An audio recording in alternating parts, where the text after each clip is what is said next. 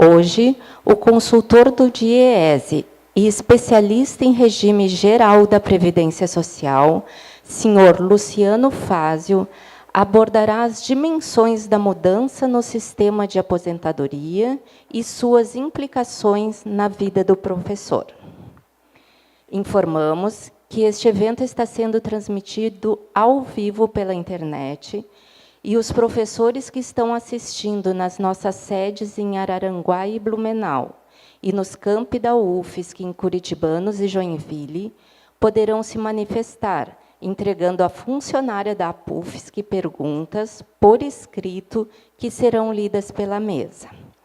Para assistir, basta clicar no link que está no site da APUFSC, apufsc.org.br.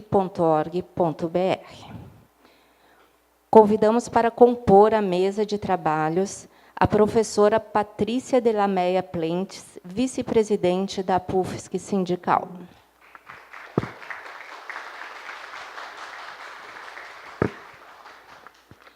O professor Santiago Francisco Yunes, diretor de Promoções Sociais, Culturais e Científicas.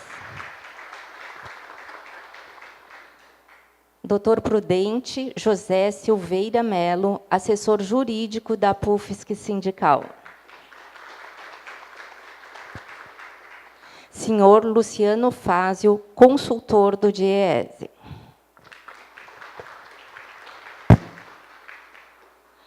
Informamos que este evento está composto de 2 etapas. Na primeira, de 50 a 60 minutos, o palestrante fará uma exposição inicial sobre a proposta de reforma da Previdência do governo Bolsonaro.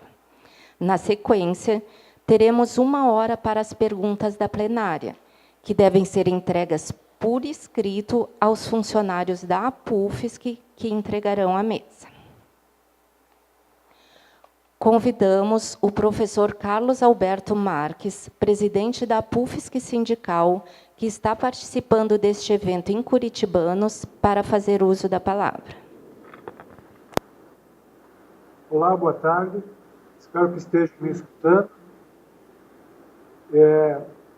Gostaria de, em primeiro lugar, agradecer a todos vocês que estão aí no auditório da reitoria, bem como as pessoas que nos assistem via YouTube, em particular também os professores nos campi da UFSC, e, claro, o agradecimento especial ao Luciano por ter aceito o nosso convite e encontrar um espaço em sua agenda para nos explicar melhor um pouco esse emaranhado de mudanças que está desenhado na proposta da Previdência que o governo federal enviou ao Congresso Nacional.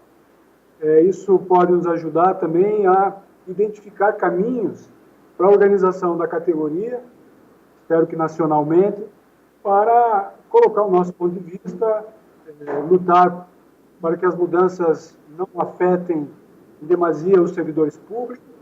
Enfim, todo um conjunto de orientações políticas, sindicais, e tenho certeza que a palestra vai nos ajudar. Então, eu estou aqui numa atividade no campus de Curitibanos, estive ontem em Blumenau, não posso estar aí presencialmente, mas estarei seguindo vocês.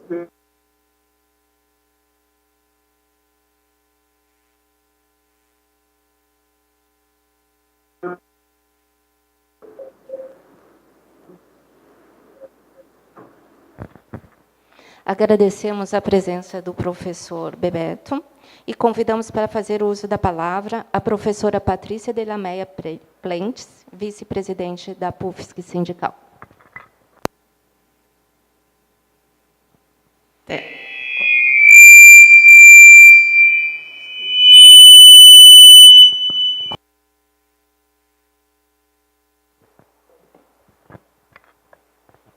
Alô? Boa tarde a todos e a todas. Agradecemos a participação de todos vocês aqui. Gostaria de registrar o empenho e a dedicação da equipe de funcionários da APUFSC. Estamos com o nosso time de advogados, nosso time de imprensa, nossa equipe de TI e equipe de apoio. Então, conseguimos, em um tempo recorde, organizar esse evento, trazer essa palestra para a nossa categoria. Entendemos a importância e a necessidade deste tema. Gostaria de esclarecer que a solicitação da Elis em relação às perguntas, na segunda etapa do evento, de que as perguntas sejam feitas por escrito para os funcionários que vão estar nas laterais, aqui no auditório e lá nas sedes dos campi, para equacionar da melhor forma possível as perguntas e trazê-las aqui para o Luciano, para que a gente possa atender da melhor maneira possível os que estão presentes nesse auditório e também os colegas que estão em Araranguá, Curitibanos, Blumenau e Joinville. Então, vou apresentar o nosso palestrante, Luciano Fázio. Ele é consultor titular da empresa Fázio Assessoria, especialista em regime geral da Previdência Social, regimes próprios de Previdência Social, gestão de previdência complementar e estudos socioeconômicos, ampla experiência em elaboração de estudos e pareceres, desenho e desenvolvimento de atividades de formação e negociação coletiva, e assessoria à representação de trabalhadores na gestão de fundos de pensão.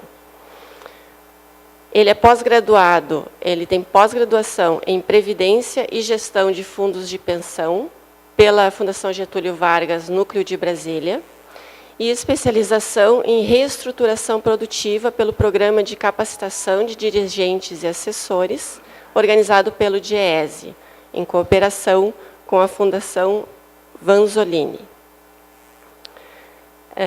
Atualmente, ele participa da Fázio Assessoria, empresa de assessoria e formação em Previdência, onde ocupa o cargo de responsável. Já participou da FUNCEF, Fundação dos Economiários Federais, e do DIEESE, Departamento Intersindical de Estatística e Estudos Socioeconômicos. Um dos últimos trabalhos publicados do Luciano é A Previdência dos Servidores Civis da União, um diagnóstico, disponível na página do DIEESE. Então, passo a palavra agora ao nosso palestrante. Luciano, obrigada por aceitar o nosso convite e estar aqui falando para a gente esse tema tão importante. Obrigado, Patrícia. Obrigado a todos. Então, eu vou, sem demora, começar a apresentação. A apresentação, na verdade, se compõe de algumas partes. Isso. A primeira parte, a gente conceitua a questão do déficit da Previdência do regime próprio da União. Eu sei que talvez o público presente seja mais interessado nas regras que dizem respeito à sua aposentadoria, mas eu entendo que esse assunto do déficit vai caracterizar os debates nacionais nesse primeiro semestre do ano, enquanto a reforma vai estar tramitando no Congresso Nacional, e a capacidade dos servidores argumentar junto com a sociedade é crucial para o sucesso da defesa dos interesses da categoria. Então, vou dedicar alguma palavra ao assunto, mas rapidamente vou chegar a ilustrar mais os aspectos da proposta apresentada recentemente, no dia 20, há exatamente uma semana, pelo presidente Bolsonaro ao Congresso Nacional. Ela, na verdade, é uma proposta que se caracteriza por não apenas mudar alguns critérios dentro daquele esquema geral, que era o esquema conhecido, mas ela tem também elementos, então, esses elementos que seria a mudar alguns critérios, seriam os elementos chamados de paramétricos, ou seja, alguns parâmetros que muda uma idade, muda um percentual de contribuição, muda uma carência, mas, além disso, a proposta se caracteriza por ter caráteres completamente inovadores no desenho geral da Previdência, com a introdução de contas individuais previdenciárias a partir das quais serão calculados os valores dos benefícios com uma lógica parecida com uma lógica bancária.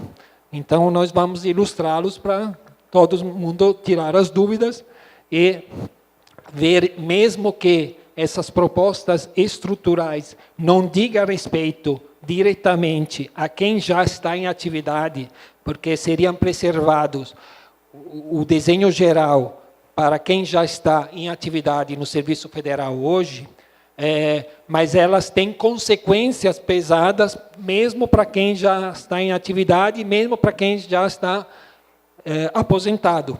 Por quê? Porque isso vai comportar um aumento do déficit, no conceito que o governo entende por déficit, e, por isso, em medidas sanadoras desse déficit, que vão repercutir diretamente até nos proventos dos aposentados. Nessa introdução, queria acrescentar que eu aqui vou falar apenas do regime próprio da União. Ou seja, se alguém aqui está vinculado ao INSS, que porventura esteja, eu não vou falar da aposentadoria do INSS. Se alguém estiver vinculado ao regime próprio da Prefeitura de Florianópolis, também não vou tratar desse assunto. A mesma coisa se tiver alguém querendo saber do regime próprio do Estado de Santa Catarina, fico devendo porque não vou tratar. Então, vou falar apenas do regime próprio dos servidores civis da União. Então, dito isso, vamos nós. A questão do déficit, a primeira pergunta é, mas esse déficit é uma invenção? Existe, não existe?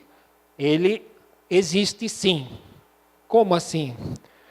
Na verdade, em 2004, com a Lei 10.887, os regimes da União, principalmente, mas também de Estado e município, eles tiveram identificadas quais são a receita previdenciária a ser calculada para fim de apuração do resultado.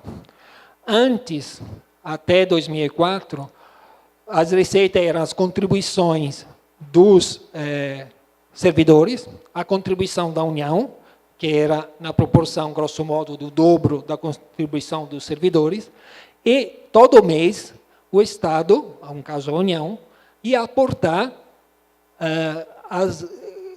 recursos para sanar eventuais insuficiências. Então, todo mês, a conta fechava zerada.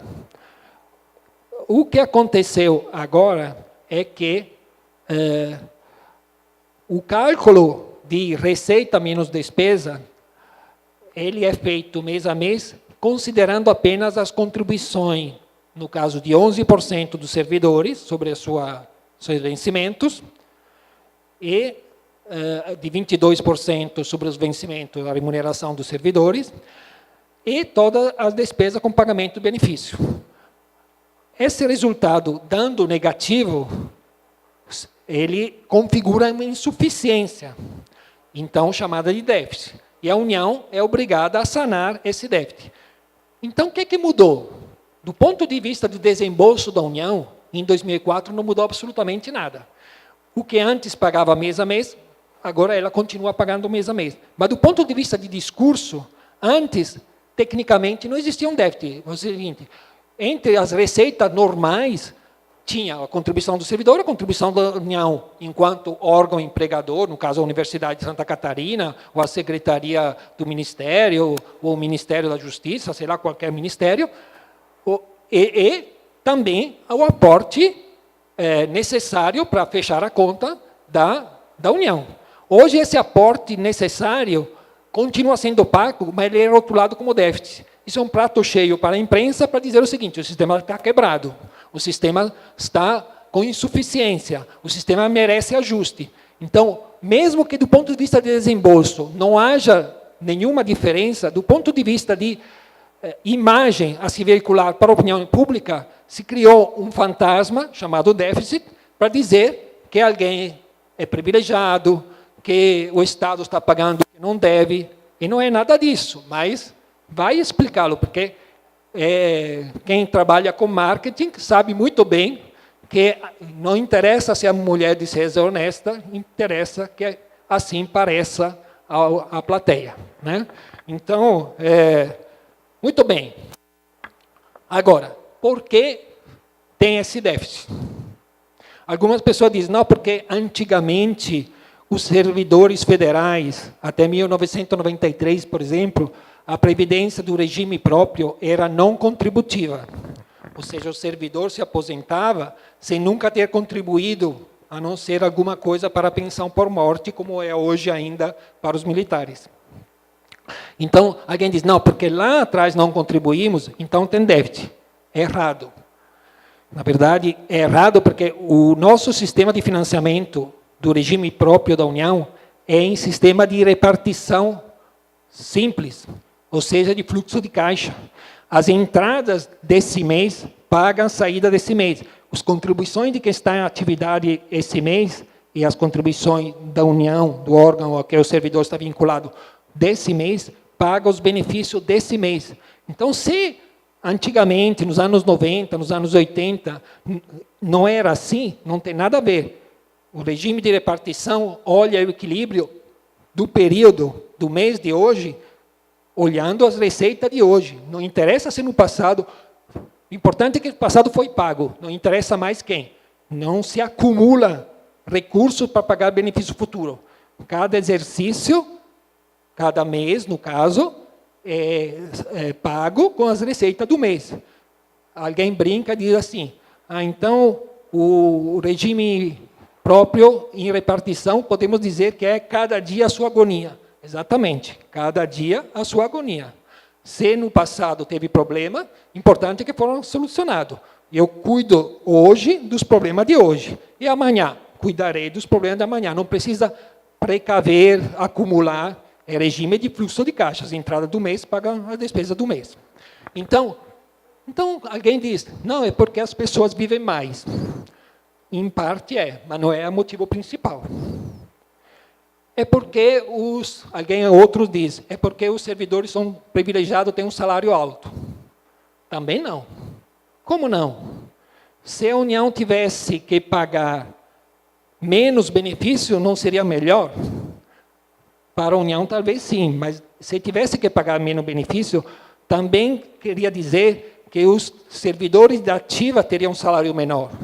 Então, sendo que, grosso modo, o mesmo salário do servidor da ativa é o salário, grosso modo, feito alguma diferença pela evolução do final de carreira, mas é o salário de quem está aposentado, se os benefícios fossem menor, também o salário, a remuneração dos servidores seria menor. Então, diminuiria a despesa, mas também diminuiria a receita. Então, o déficit não depende dos altos salários.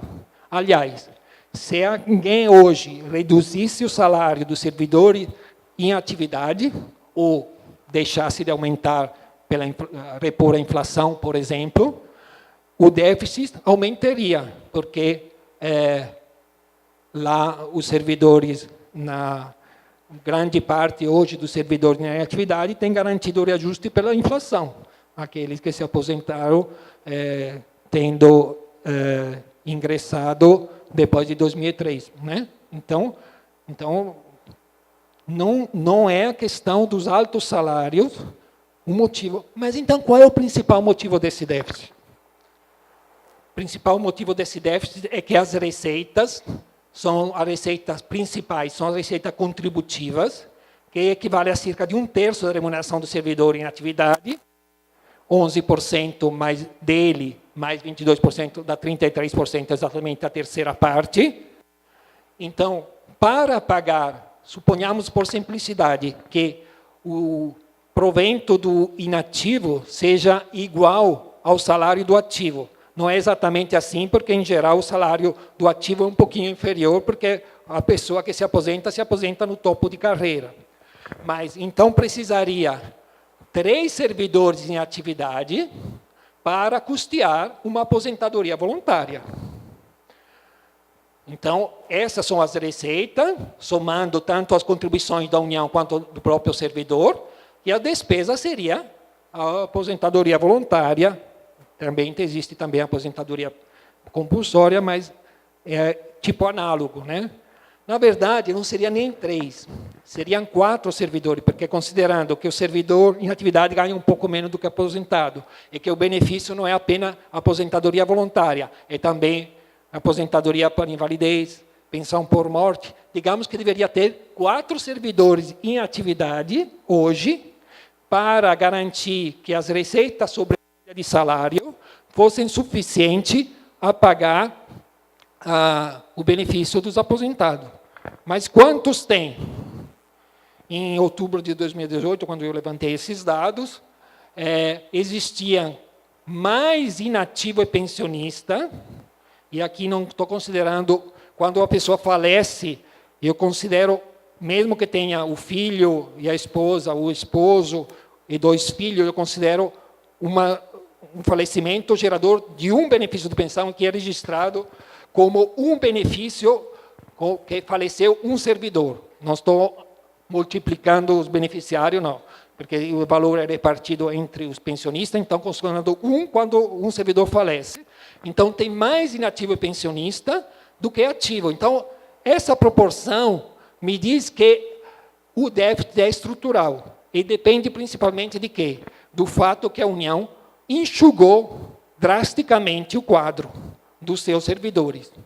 O principal motivo do déficit é que, apesar da Previdência ser contributiva e que os servidores pagam o mesmo do que paga o pessoal do INSS, na esfera da União, e que a União paga um pouco mais, porque para a iniciativa privada se paga 20%, aqui se paga 22%, mesmo assim, o número de pensionistas e inativos é tão elevado que, mas se eu dobrasse a contribuição dos servidores, que é proposta absurda, né?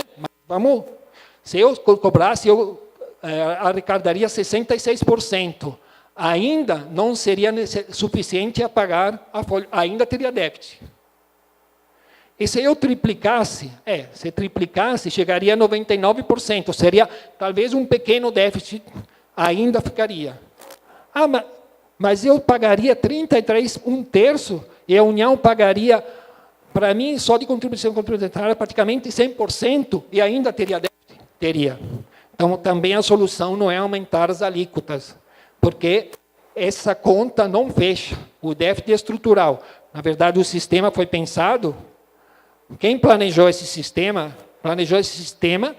pensando, pressupondo, a premissa foi que sempre ia ter muitos servidores ativos para poucos aposentados. E houve, no mínimo, uma falha de planejamento. O fato subsequente que desfizeram essa premissa, porque a política de contratação do Estado com relação ao serviço público mudou. Terceirização, pessoal contratado pela CLT, cooperativa, externalização de serviço, né?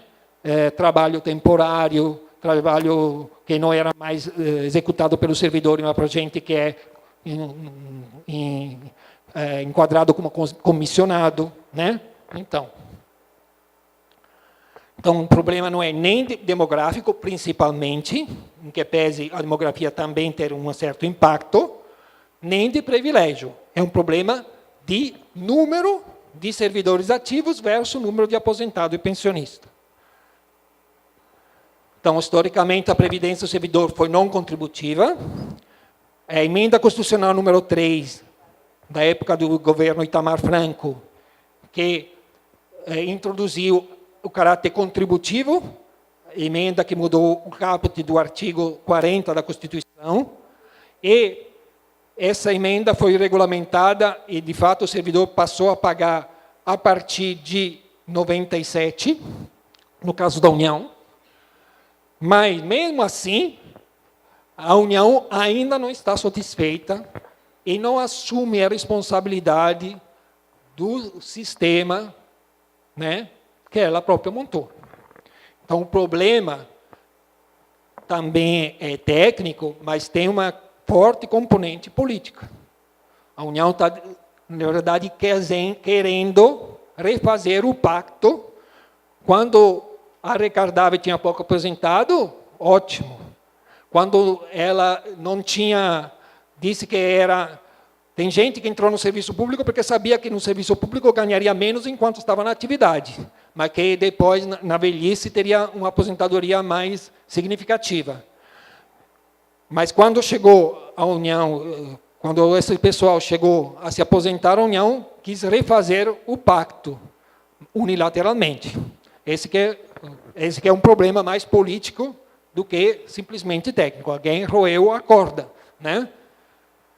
Bom, dito isso, na verdade a reforma do governo de 2016, período Temer, até hoje, é a reforma trabalhista, a reforma que pôs um teto nos gastos primários da União, inclusive educação, a reforma que aumentou a desvinculação das receitas voltadas para a Seguridade Social de 20%, aumentou para 30%, e agora a reforma da Previdência, que vem substituir a proposta de reforma que não vingou no governo Temer, que era a PEC 287 de 2016.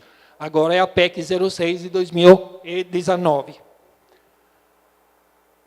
Vamos ver, então, já passando a segunda fase da palestra, como é que fica essa reforma. Então, o nosso novo governo, com o nosso novo lema, né, Pátria Amada Brasil, ele propõe de atacar o RPPS, Regime Próprio de Previdência Social da União, de duas formas. Uma reforma paramétrica e uma reforma estrutural. Vamos começar pela estrutural, né? E deixando claro que o que eu vou dizer não são regras ainda vigentes.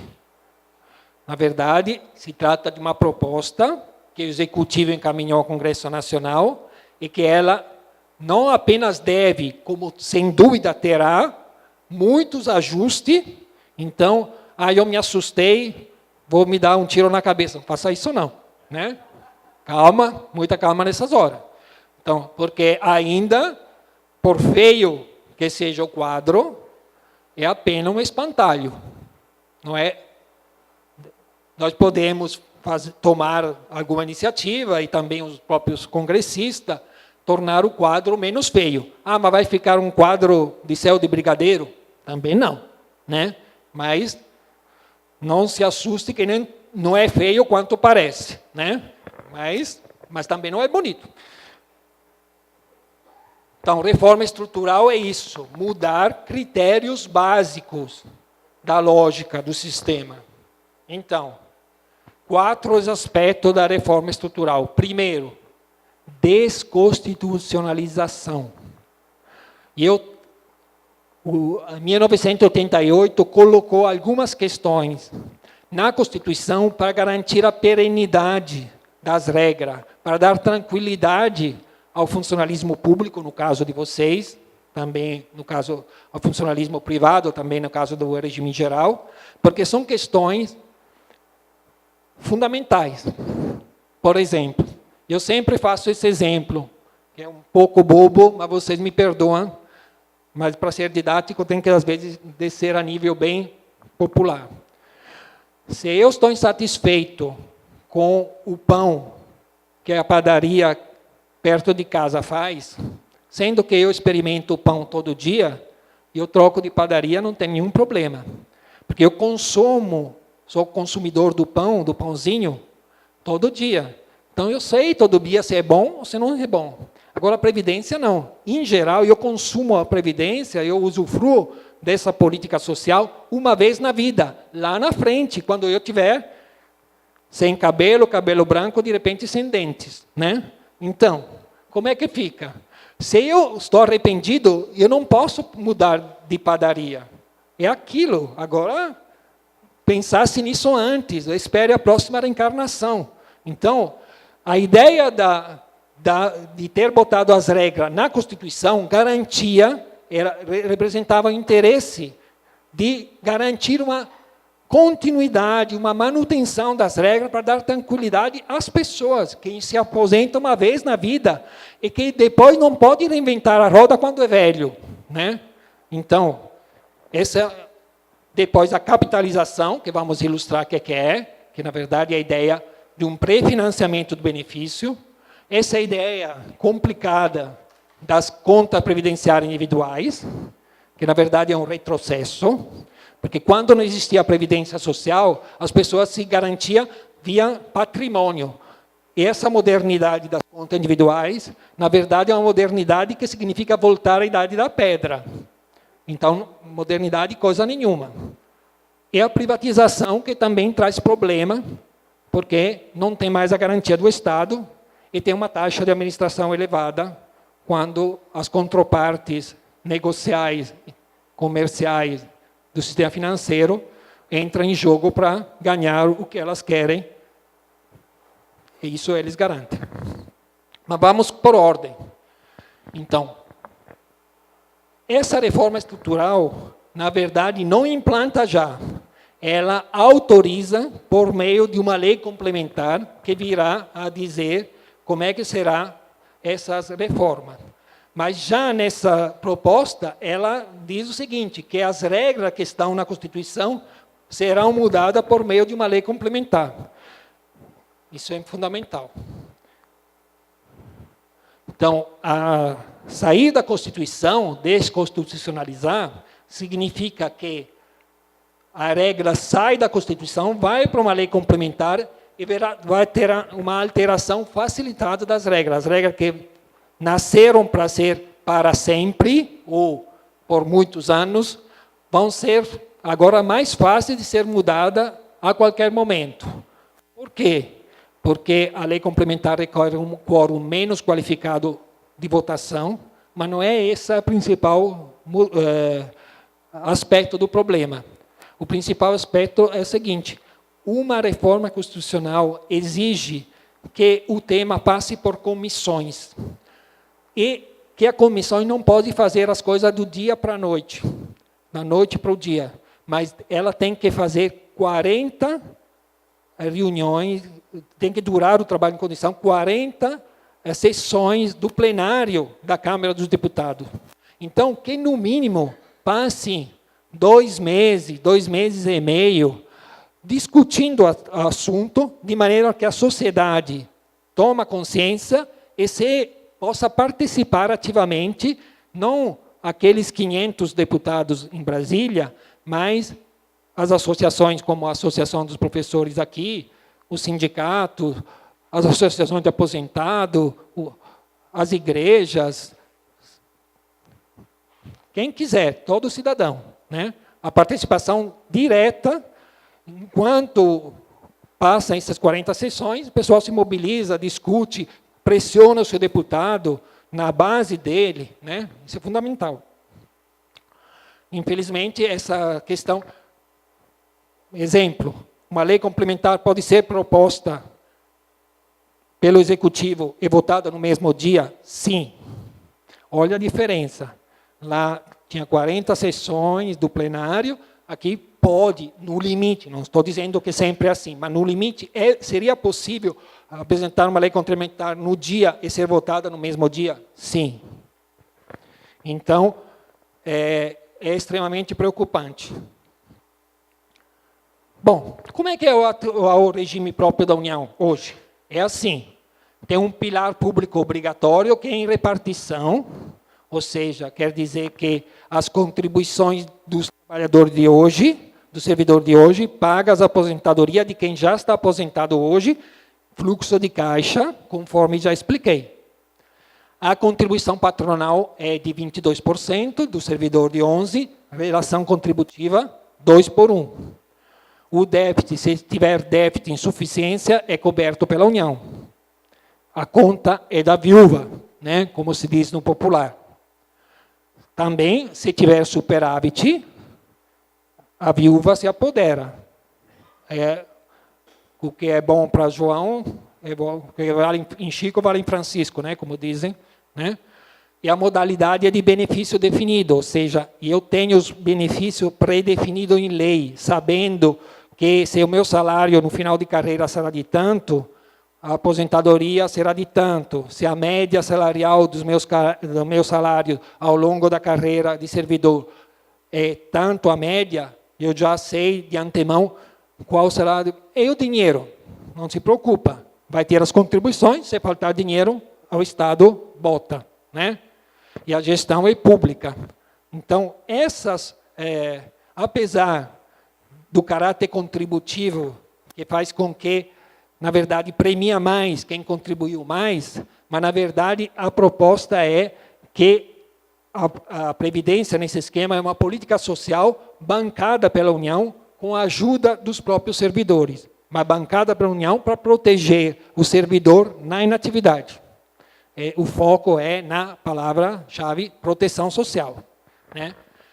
Claro que tem também um sistema, se alguém quiser fazer uma aposentadoria privada, pode, está previsto, é um outro pilar, muito bem. Ninguém impede, muito pelo contrário, né? Mas, em geral, para o servidor público da União, não é necessário, sendo que os proventos da aposentadoria, para quem fazia jus à integralidade e paridade, era exatamente aqueles do último salário, até um pouco mais, porque não tinha o desconto de 11% sobre o total dos vencimentos, eventualmente tem só o desconto sobre a parcela que extrapola o teto do INSS, né? Então, em geral, o servidor público da União não precisava de manter o seu poder, para manter o seu poder aquisitivo, de recorrer à previdência privada.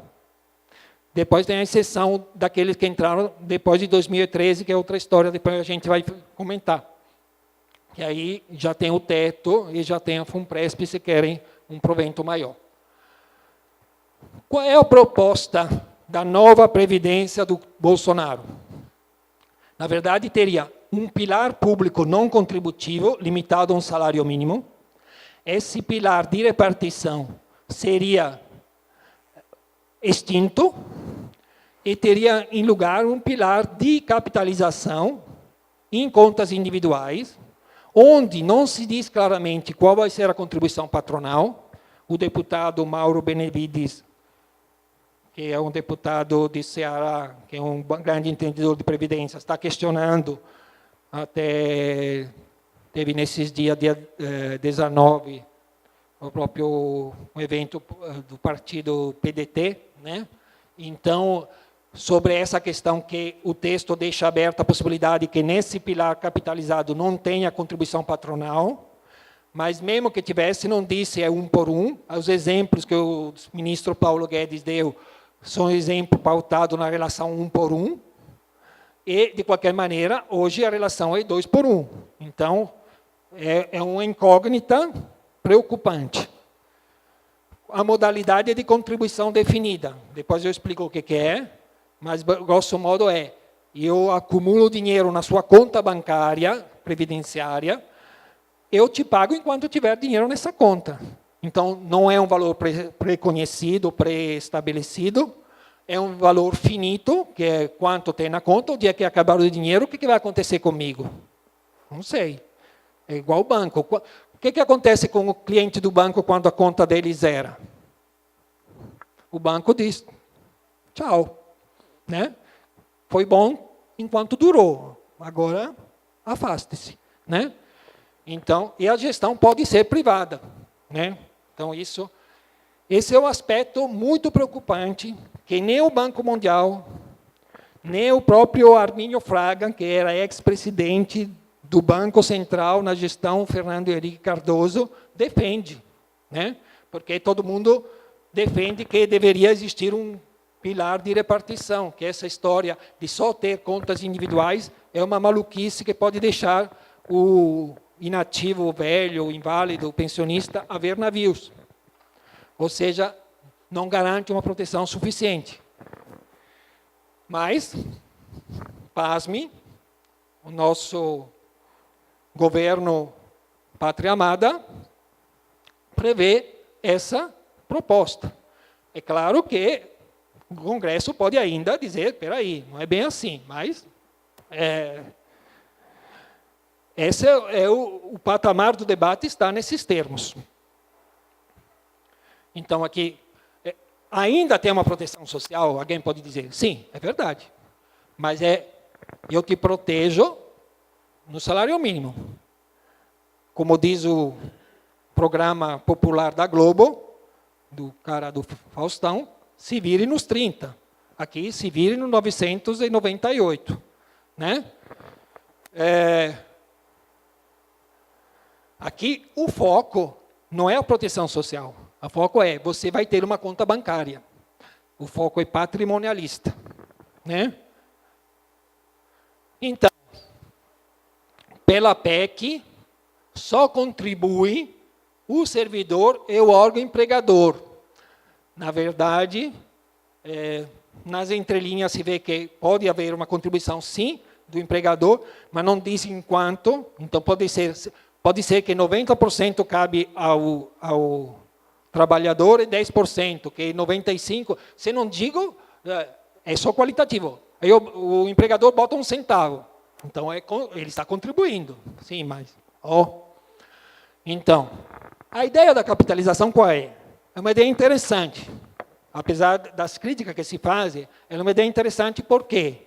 Porque ela diz o seguinte, sendo que futuramente talvez tenha pouco jovem ou pouco trabalho, eu não posso, 50 anos, preste da aposentadoria, eu não posso dizer o seguinte, sim, vai ter dinheiro para pagar o meu benefício se tiver jovem trabalhando e contribuindo, e se não tiver.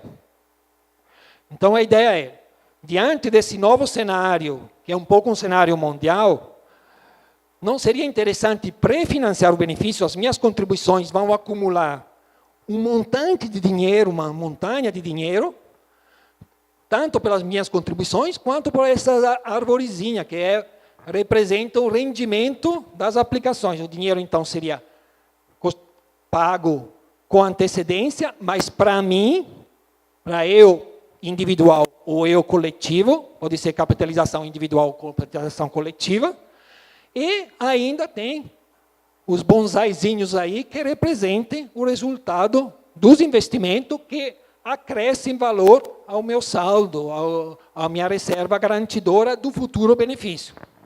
Então, a ideia é uma acumulação de uma reserva pré-financiamento, quer dizer, a acumulação de reserva equivalente ao valor atual das prestações futuras, né?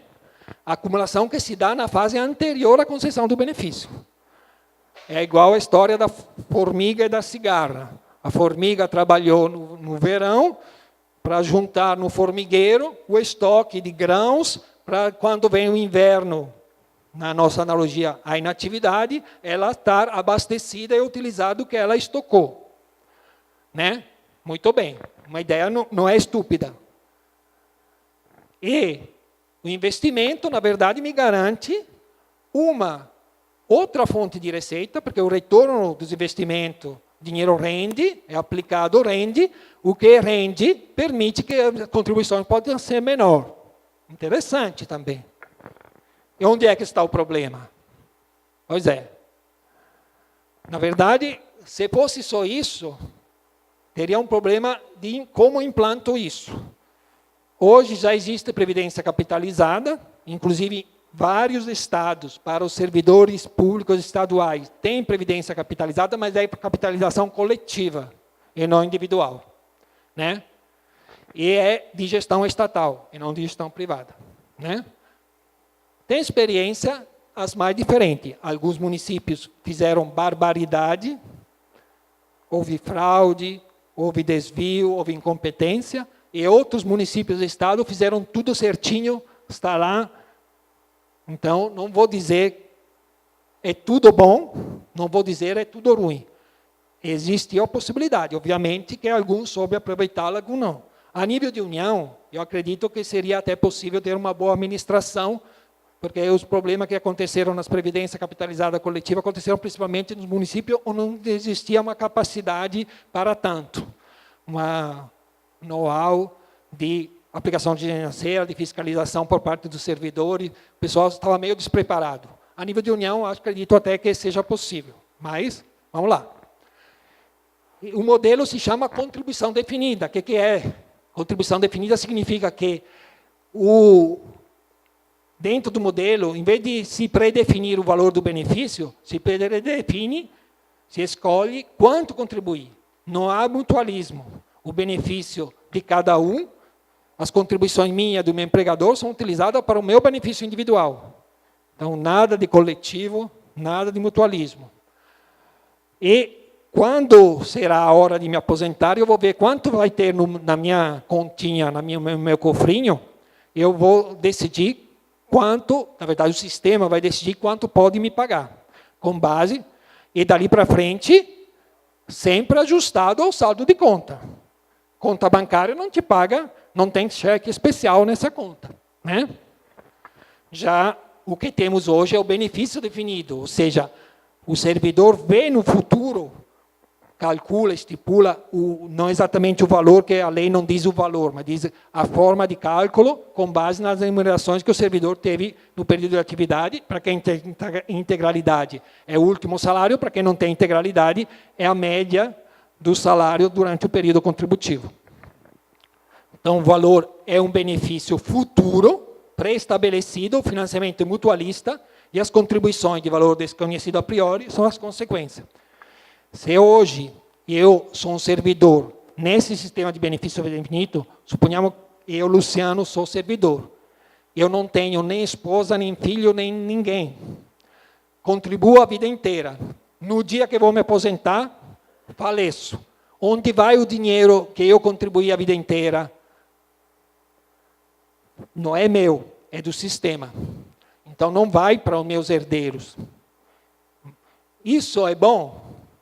Eu acho que sim, porque isso traz com que a conta coletiva fica menor, porque se 90 chegam lá dos 100 que podiam chegar, eu tenho que financiar apenas 90 benefícios. Então, na verdade, essa forma mutualista torna o sistema mais barato. E vice-versa. Todo mundo é exposto a determinado risco de invalidez. Se eu aqui me invalido com 1 ano de contribuições, o saldo da minha conta, digamos que seja 10 mil reais, o que eu vou fazer inválido com 30 anos, 40 anos, mesmo 50, mesmo 60, com 10 mil reais na conta? Aquele dinheiro acaba, vapt-vupt, como diz o Chico Anísio. E aí? Não, mas aqui é cada um por si. Ixi, não diga. Então, um sistema mutualista faz com que eu possa ter uma aposentadoria de invalidez. Ah, mas você não contribuiu. Não, mas claro, eu tive um acidente. Poderia ter sido você. A solidariedade, a compaixão pelo próximo, que poderia ser eu. Os outros poderiam ter compaixão por mim e eu poderia ter compaixão por eles. Não. Essa, na visão do ministro Paulo Guedes, isso está banido. Vamos ser rigorosos, cada um por si, conta bancária, não vamos fazer coisa de comunista, né? Então, mas não é comunismo, é uma visão de proteção social defendida pela OIT, por todos o tratado pelo especialista do OCDE, Organização de Cooperação dos Países Desenvolvidos. Estamos falando de coisa da China, não. Estamos falando de coisa do mundo ocidental. Então, cada um por si quer dizer que um pode estar bem protegido, o outro se precaveu, mas veio o vendaval e ficou na mão, e o outro não conseguiu nem o guarda-chuva, né? Então, mas cada um por si, cada um por si. Os outros não me interessam. Ah, mas o dia que você for aquele outro, ixi, né? Terrível. Então, uma previdência não redistributiva. Eu não quero ajudar os outros, eu quero o meu. Eu sou ganancioso. Parabéns. Mas, diante da imprevisibilidade do futuro, é uma dificuldade de se proteger. Porque eu não sei o que vai acontecer comigo. Uma invalidez, um falecimento em atividade, um viver.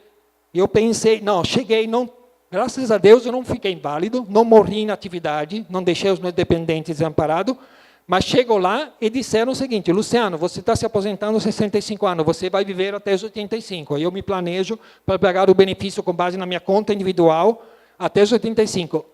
Olha que sorte, eu vivo mais. Sorte em termos, porque vivo mais, mas o dinheiro acabou. E aí? Né? Às vezes paga-se mais por um resultado, né, que resulta inferior, ou às vezes até para não ter resultado, né? Ainda, gestão privada. A previdência vira uma mercadoria, um produto bancário, né? O segurador do mercado de seguro, securitário. Gestor com fins lucrativos. Então, custa mais porque ele tem que ganhar, né? E ganha com altas taxas de administração. No Chile, é só um exemplo, mas a AFPP, administradores financeiros das pensões, cobravam 25% da contribuição do trabalhador. Então, era negócio da China para elas, e o trabalhador não. Então, em geral, o banco trata bem quem? Os bons clientes. Né? Sabemos que o banco entende. Não olha a minha cara, não olha se eu sou simpático, não olha se eu sou necessitado, olha se eu tenho dinheiro. Né? Então, os bons são os graúdos. Né? Então, é complicado. Né? O banco tem que fazer propaganda, tem que investir em marketing. Clientela ampla de milhões de pessoas, vou fracionar entre vários bancos, perco o ganho de escala, do ponto de vista da boa administração. Ganho de escala é baixar o custo unitário porque tenho muito cliente. Na verdade, eu vou perder isso porque vou fracionar isso entre vários administradores que fazem concorrência entre si, que gastam dinheiro para fazer concorrência entre si, quem paga a conta somos nós. Né? Bom, mesmo que a capitalização fosse uma boa ideia, até a capitalização coletiva não é uma ideia maluca, mas o problema é, tudo bem, se quem está trabalhando hoje, geração atual, em vez de pagar as contribuições que vão pagar os benefícios da geração passada, os aposentados e pensionistas, se esse fluxo é interrompido, o que vai acontecer? É simples. O dinheiro da geração atual vai para uma espécie de fundo de capitalização individual ou coletiva, mas a pergunta que não quer calar é, sim, e quem paga os aposentados pensionistas? De onde sai o dinheiro que não vem mais da geração atual? Vai para a viúva, vai para a União, porque esses pensionistas fizeram tudo certo, eles respeitaram a lei, cumpriram todas as obrigações. Não faz sentido, é uma injustiça sem tamanho deixá-los desamparados. Mas então, a União, além de pagar as contribuições da geração atual, ela tem que pagar os benefícios sem a ajuda das contribuições da geração atual. Então, a conta da União fica muito grande. Ainda,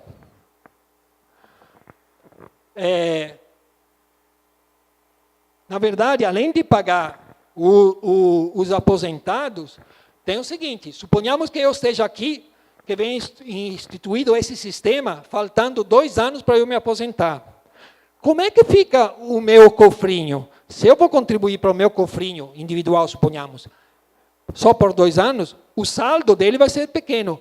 Mas eu digo, espera aí, Estado, eu contribuí 33 anos, 35 anos, o que for, para os outros, então você tem que me indenizar pelas contribuições que eu fiz para o sistema de repartição, para eu pagar a geração passada e não para o meu cofrinho. Então, além do dinheiro para pagar os aposentados, vai ter ainda o ônus da União indenizar quem estava no sistema e contribuiu no regime de repartição antes de mudar para a capitalização. Essa conta é grande. Durante a transição, o déficit aumentará. Isso vai ser possivelmente, não sei, mas eu acredito, motivo para dizer o seguinte, olha, o déficit é grande, essa turma é uma turma de privilegiado, vamos reduzir benefício, vamos pôr contribuição dos inativos, ou seja, é uma bola de neve, que fica cada vez maior. Que horror! Né? Eu gostaria de estar aqui contando coisas boas, olha só o que eu estou fazendo, mas é a verdade. Então, a nova previdência do governo Bolsonaro está propondo isso. Na verdade, capitalização contas individuais ou privatização. Eles juntaram num só pacote, e se você vê na imprensa, no Estadão, na Folha de São Paulo, no Globo, etc., eles dizem o seguinte: capitalização significa isso, esses três elementos juntos. Não é capitalização e pré-financiamento. A conta individual, vocês botaram a mais. E a privatização, vocês enfiaram junto, coisa que, a princípio, poderia não estar junto. Que, a princípio, não tem nada a ver. Né? Então, é um pacote que não está sendo vendido para pegar ou largar, porque essas contas individuais, quem interessa as contas individuais? Você protege menos, o Estado deveria estar interessado em proteger menos. Sim, mas tem os bancos. Os bancos estão interessados em conta individual, porque se o dinheiro é meu, o sujeito vai dizer, o dinheiro é meu, eu boto no Itaú. O dinheiro é meu, eu boto no Banco do Brasil. O dinheiro é meu, eu boto no Citibank. O dinheiro é seu, faço... Mas aí é privatização da Previdência. Então, essa ideia da conta individual, apesar de ser menos protetiva, ela faz o jogo de quem quer privatizar. Os bancos estão adorando. As ações dos bancos estão subindo. Você, desde semana passada, pode conferir, Bradesco e Itaú, quanto valorizou a ação deles, né, na Bolsa de Valores. O objetivo da PEC. Eles dizem que o objetivo dos nossos escalteiros, né, é reduzir, estão se dirigindo com esse norte, reduzir as despesas da União. Mas ainda é reduzir o ônus patronal, porque a contribuição talvez não seja mais 2 por 1, né? Talvez não tenha mais contribuição patronal, talvez seja 1 por 1, vamos saber depois. Transferir risco do Estado para o segurado. Então, se a pessoa se invalida, agora o problema é seu segurado. O Estado, eu contribuí, agora o seu cofrinho vai dar conta do recado. Se estiver pobre, que culpa eu tenho se você é pobre? Né? Pobre é para se lascar. Né? Ah, mas eu não sou pobre, eu sou meio rico. Sim, mas dependendo da infelicidade, que a peça que a vida te prega, você, mesmo sendo um cara razoavelmente abastado, você vai ficar pobre. Né? E fortalecer o mercado financeiro. Quanto a reduzir a despesa, essa redução da despesa não é verdade no curto e médio prazo, porque tem um custo de transição, que nós já comentamos. Então, as despesas da União e a reforma, como tendência, se não tivesse a reforma, as despesas aumentariam em função do número de inativos em relação aos ativos, do custo de transição, do envelhecimento e do teto das contribuições de novos servidores. Ou seja, esse aspecto é, quando os servidores admitidos a partir de 2013 com a FUNPRESP, eles têm um teto na Previdência do regime próprio, quer dizer que se o servidor novo ganha 10 mil, ele só contribuiu com 11% de 6 mil reais, grosso modo, hoje. Então, em vez de contribuir com 11% de 10 mil, que daria 1.100, contribuir com 11% de 6 mil, que dá 660. Ele perde receita, isso causa um aumento do desequilíbrio entre receita e despesa. Aí, diante desse quadro, provocado por essa tendência natural e pela reforma estrutural que eles querem fazer, vem a reforma paramétrica. O que é que diz o Guedes? E eu vou poupar R$1 trilhão em 10 anos. Como é que você vai poupar? Mas é claro, como dizia lá aquele americano, a economia é estúpido, né? Ou seja, vou reduzir os benefícios. Porque se não estou aumentando as contribuições, até estou desonerando os empregadores, estou desonerando o Estado, como é que vai reduzir a despesa e poupar dinheiro? O benefício vai achatar.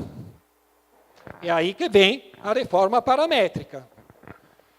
A reforma paramétrica que agora é que vai atingir mais imediatamente vocês, né? Presente nessa sala, servidores em atividade ou aposentados. A aposentadoria voluntária, a idade mínima aumenta, 65 anos os homens, 62 as mulheres. Queriam 65 Bolsonaro, de última hora, segundo disseram, né? Disse que as mulheres teriam que ter ainda uma pequena vantagem. Não sei se foi jogada ensaiada ou não, mas afinal, né? Menos mal. Carência contributiva, né, elevada para 20 anos. Redução do valor de benefício. A pensão por morte, que fica temporária para o cônjuge mais jovem. A restrição aos acúmulos de benefício. A corresponsabilidade do servidor no pagamento do déficit, ou seja, vai ter umas contribuições extraordinárias, além dos 11% atuais do servidor em atividade e do inativo sobre o valor que extrapola o teto do INSS do inativo, né? Vai ter uma contribuição extraordinária para pagamento, que ele chama de equacionamento do déficit, e uma aproximação das regras entre homens e mulheres. Muito bem. Então, paramétrico é isso. Se eu quero que o fluxo de benefício diminua, para poupar água, eu tenho que fechar a torneira das regras. Tá? Essas 6 formas, por exemplo. Vamos comentar uma por uma. Então, qual é a lógica da reforma paramétrica? Eu vou ter umas normas de longo prazo, que são novas regras gerais, mas que serão definidas de forma desconstitucionalizada, por uma lei complementar de iniciativa do Executivo. Isso quando é que vai sair? Quando o Executivo quiser. Ele tem que correr? Não, não tem que correr. Por quê? Porque a Constituição já prevê na proposta da PEC umas normas transitórias duras, que vão vigir a partir da aprovação da emenda. Então, eles já se garantiram. Não, vamos discutir isso depois, mas já desde o dia que é publicada a aprovação da emenda constitucional, vai ter umas normas transitórias que são duras, né? E vai ter uma regra de transição para quem já estiver no sistema na data da publicação da emenda, para nós aqui presentes, grosso modo. Tá?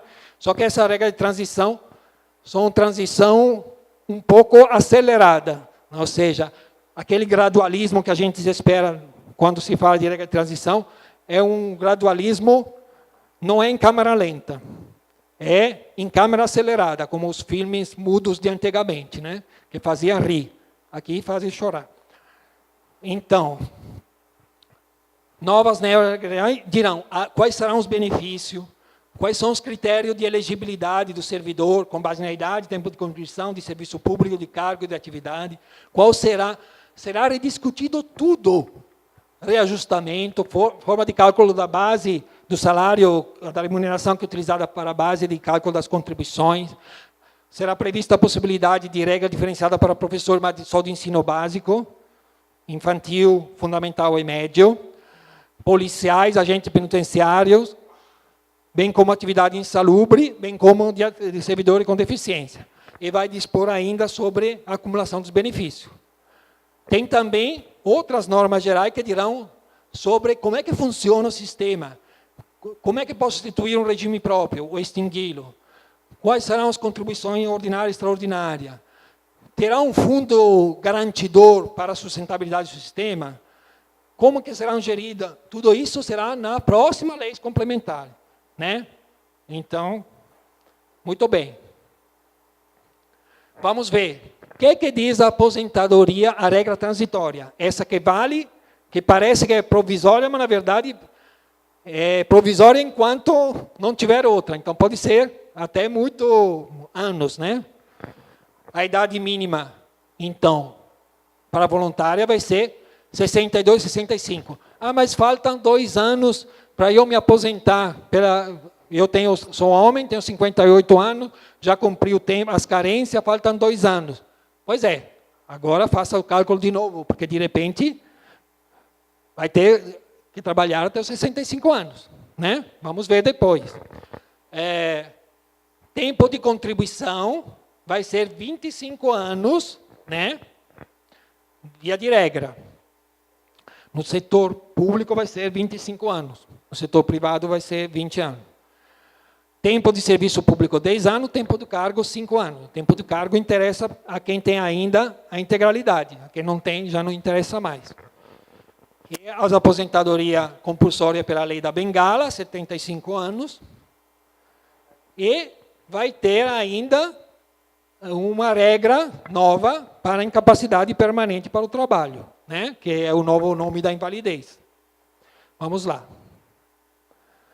Qual vai ser o valor do provento?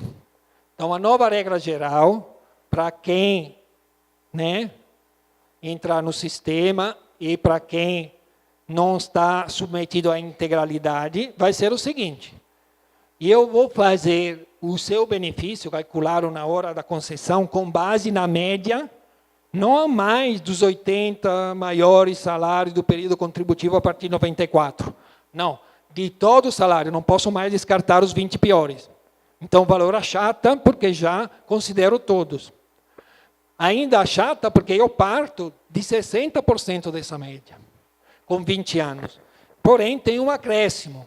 Ou seja, se eu trabalhar 21 anos, acrescento 2%, então é 62% dessa média. Se eu trabalho 22 anos, é 64%, porque para cada ano trabalhado acima dos 20 anos de contribuição, eu acrescento 2%. Então, quando é que eu vou conseguir os 100%? Com 40 anos de contribuição.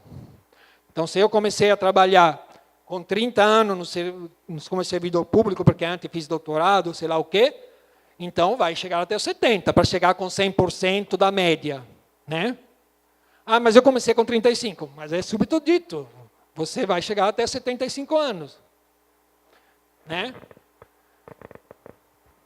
A aposentadoria por acidente de trabalho é a única exceção, porque vai ter 100% da média por acidente do trabalho, por doença do trabalho, doença profissional.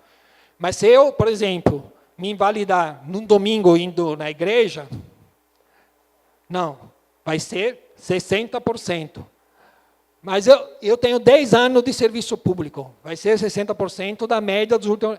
Mas que culpa tenho de ter me invalidado indo para a igreja e não indo para o trabalho? Eu só te dou 60% se estiver no clube, se estiver de férias, se estiver... se alguém na estrada te atropela, se o seu prédio desmorona, se a ponte Hercílio Ruiz cai, não interessa, 60%.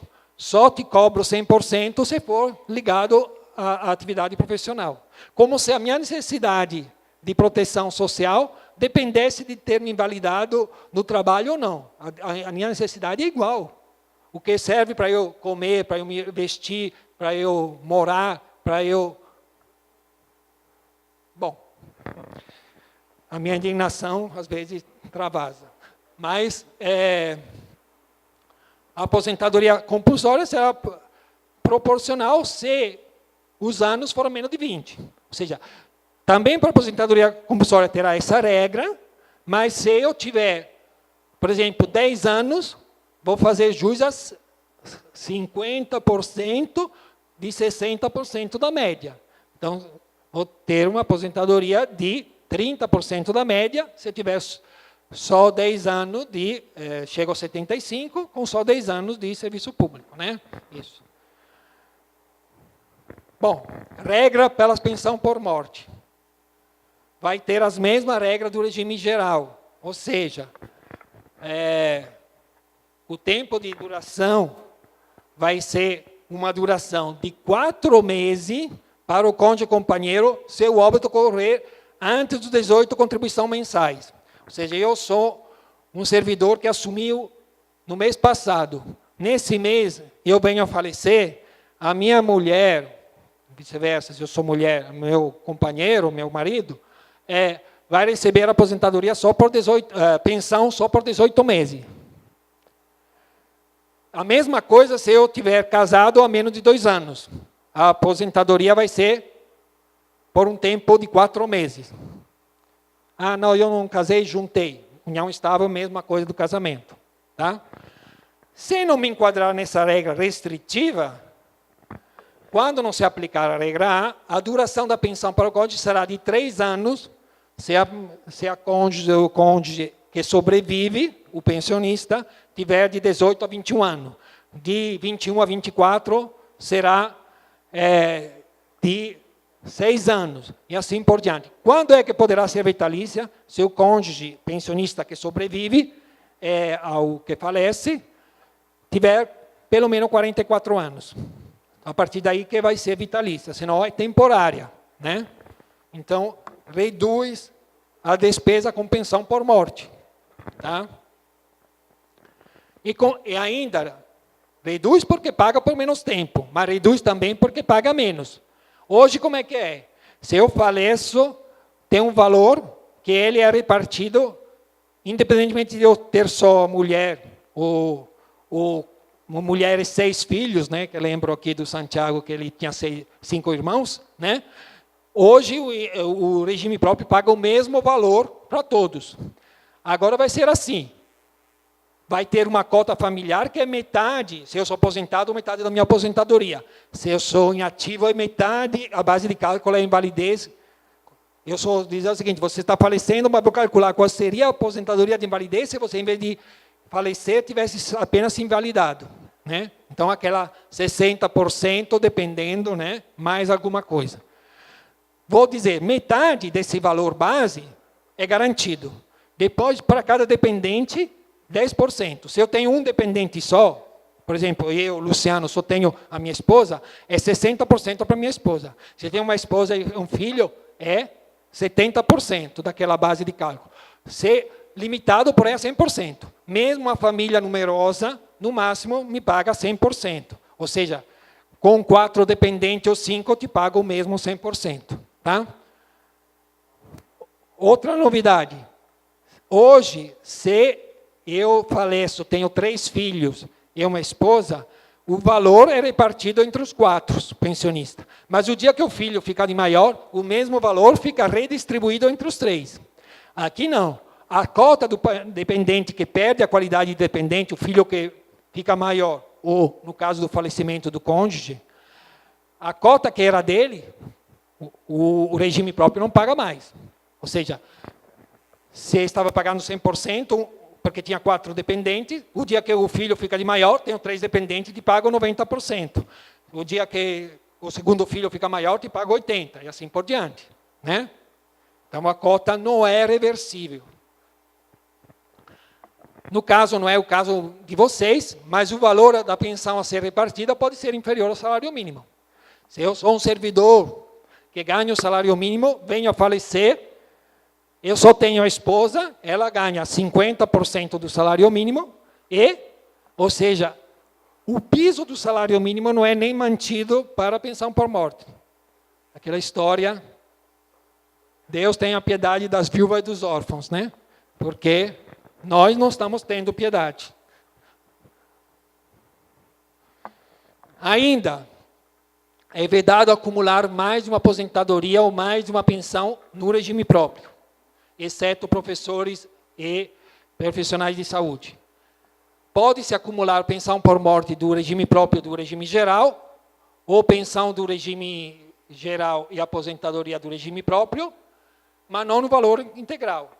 Ou seja, eu vejo qual dos 2 benefícios é maior, aquele eu garanto 100%. Do outro, eu posso receber uma parte. Quando o segundo benefício menor é até um salário mínimo, eu recebo 80% do segundo benefício. Quando é de 1 a 2 salário mínimo, 60%. 40% quando de 2 a 3, 20% até 4, acima de 4 não recebo. Não acumulo. Tá certo? Então, na verdade, são todas as regras para enxugar a despesa. Se tenho que enxugar 1 trilhão em 10 anos, algum lugar eu tenho que cortar. Né? Esse é o que o governo está dizendo para a população. Né? Não sou eu, governo. Né? Então, vai ter ainda novas alíquotas contributivas dos servidores. Né? Que, na verdade, começa, para o salário mínimo, ela diminui, não é mais 11%, é menor, mas quanto mais, essas aí são aplicadas como as alíquotas do imposto de renda, é por faixa. Não é que se eu ganho 39 mil, pago 22%, não. Eu pago na parcela até um salário mínimo 7,5, aí tiro essa parcela, deduzo, quanto ganho de um salário até R$2.000? Aí, sobre essa parcela, 9%. Tem ganho mais? Acima de 2.000? Sim. De 2.000 a 3.000, 12%. De 3.000 ao teto, esse valor aqui é o teto atual do INSS, pago 14%, acima a alíquota sobe, né? Na verdade, eles estão não era aquela regra de tornar mais fácil mudar as regras, sim, mas para aumentar a alíquota, ele constitucionaliza. Ou seja, agora eu entendi. O que é bom para Chico não é bom para Francisco. Eles querem flexibilizar o que nós recebemos, mas querem garantir o que nós pagamos. Interessante. O que ele dispõe sobre contribuições patronais? Silêncio absoluto. Mas que Constituição é essa? É a nossa, que eles estão propondo.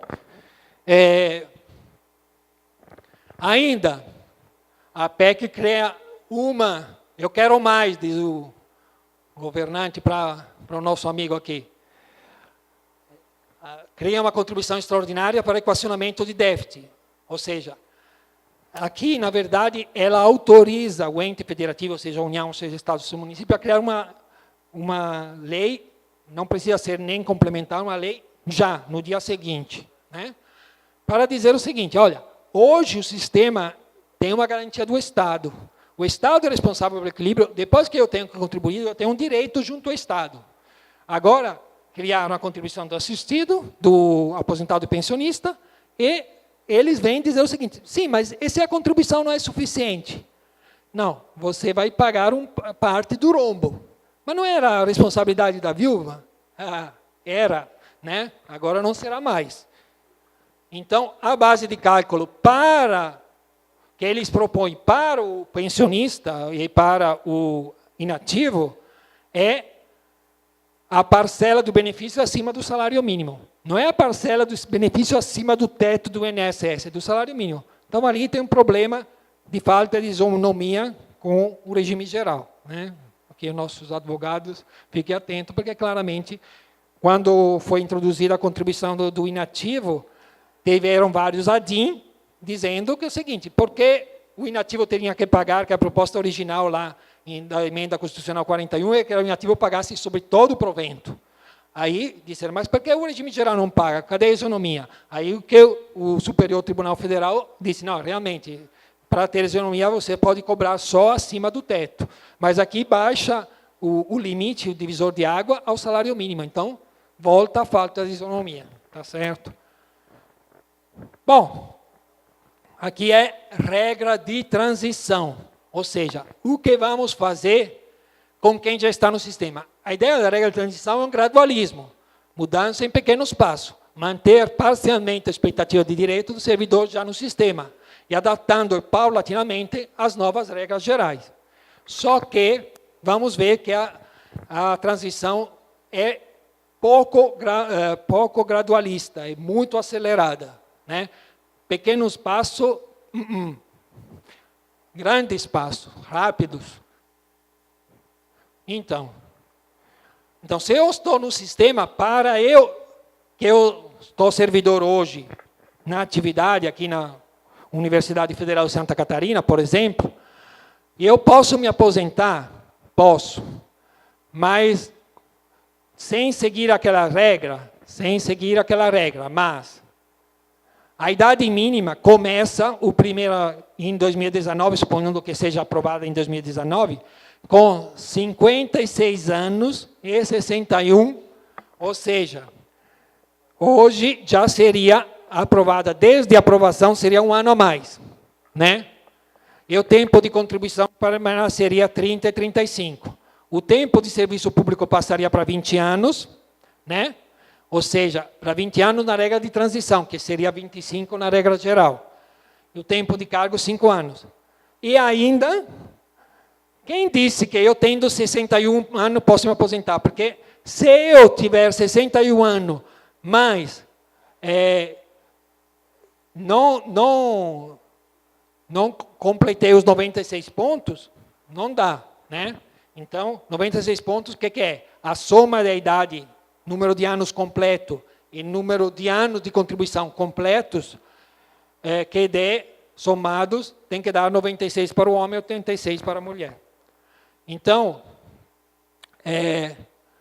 para o professor de ensino básico tem um desconto, não é o caso de vocês, né? tem um desconto tanto na idade e tempo de contribuição, aqui idade mínima, quanto tempo de contribuição, quanto na soma dos pontos, né? Então, perfeito. A partir de 1922, ou seja, daqui a 3 anos, essas idades passam para 57 anos mulheres e 62 anos os homens. E a partir de janeiro do ano que vem, a soma fica acrescentada de 1 ponto a cada ano. Vamos fazer um pouco de exemplos desse aqui. Então, aposentadoria voluntária, exigência de transição. Para a mulher, nesse ano, se fosse aprovada hoje, a reforma passaria a ser 56 anos de idade e 86 pontos. No ano que a idade fica igual até 2022, e depois fica 57 anos. Mas os pontos aumentam de 1 ponto a cada ano. Então, os 57 anos, na verdade, significa que aqui tem que ter 32 anos de contribuição em 2022. Mas aqui tem que ter 43 anos de contribuição em 2033. Eu disse que não vinha trazer boas notícias, né? Mas também ainda não está aprovado. Calma, né? Não sofram por antecipação. O homem, a mesma coisa, passaria aos 62 anos em 2022, tem que chegar até os 105 pontos. Ou seja, 105 pontos quer dizer ter trabalhado 43 anos em 2033 para se aposentar aos 62 anos. Eu te digo, como é que o professor da universidade tem trabalhado, que tenha aos 62 anos, 43 anos de serviço? Tem que ter começado a trabalhar no serviço, sei lá, público com 19 anos. É um pouco difícil, né? Mas vai que tem, né? Vou fazer um exemplo. O João Torres, nome de fantasia, tem hoje 56 anos de idade e 30 anos de contribuição. Pela regra atual, ele se aposentará quando completar os 35 anos de contribuição. Quando vai ser? Daqui a 5 anos, 2024. E terá 61 anos. Perfeito? Pela PEC, ele se aposentará apenas em 2029, aos 62 anos de idade, com 40 anos de contribuição, por via das exigências dos pontos, que mesmo que ele chegue aos 62 anos em 2025, ele vai ter 98 pontos, vai ser necessário 102. No próximo ano, cada ano que passa, ele soma 2 pontos, porque 1 ano de idade é 1 ano de trabalho. Então, ele chega em 2026 com 100 pontos, mas lá é 103, não chegou ainda. 2 pontos a mais no ano seguinte, 102, mas aqui já é 104. Quando chega a 104, lá é 105. Ou seja, tem que trabalhar até 2029. Faltavam 5 anos, agora, se fosse aprovada, faltaria 10 pela regra de transição. Nesse caso, compensa ele se aposentar pela regra geral, com 65 anos, mas aí vai ter aquela questão do valor que penaliza muito ele. Ele, de repente, diante do encolhimento do valor, porque a regra de transição diz a respeito a condições de acesso à aposentadoria. Não tem regra de transição quanto ao valor. O valor vai chegar para cortar benefício, né? Então, a não ser que você faça jus à integralidade, que ela é mantida, mas tem que ter a idade mínima de 65 anos dos homens e de 62 anos das mulheres. Então, a alternativa para o João Torres, se aposentar pela nova regra, 65 anos de idade, 38 de contribuição, mas o valor do benefício vai ser muito menor. Por último, terminando, valor da aposentadoria para quem fizer jus já, né? Eu entrei no serviço público até o último dia de 2003. Muito bem. Então, eu tenho direito à integralidade e paridade. Só que eu continuo com esse direito, mas para mim não tem moleza. Hoje, a mulher pode fazer isso aos 55 anos, daqui de um VAPT para VUPT, vai ter que trabalhar 7 anos a mais. Não, mas cadê o gradualismo? Pois é, eu também pergunto.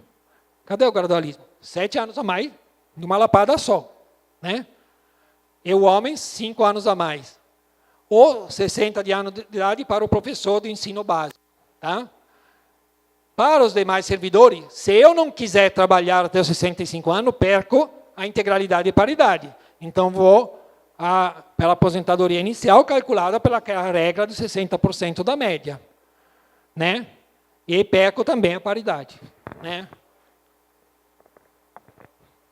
Para o servidor ingressado após a instituição do regime de previdência complementar, que é a FUNPRESP, a média será limitada ao teto do regime geral.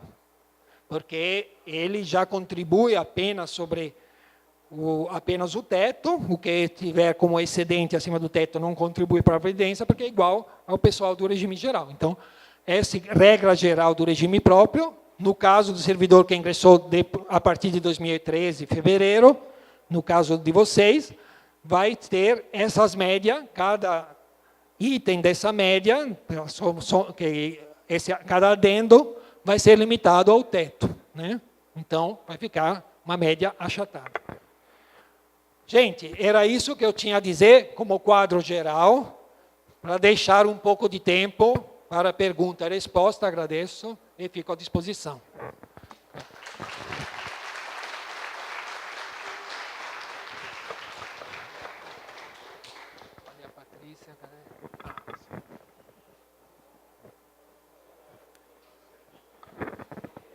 Pessoal, então a gente vai fazer da forma como eu expliquei antes, né? As perguntas por escrito. Pessoal, os nossos funcionários podem recolher, vocês podem trazer aqui pela frente. E nós vamos organizando, obrigada, e repassando aqui para o Luciano, ele vai respondendo. Só, para cá.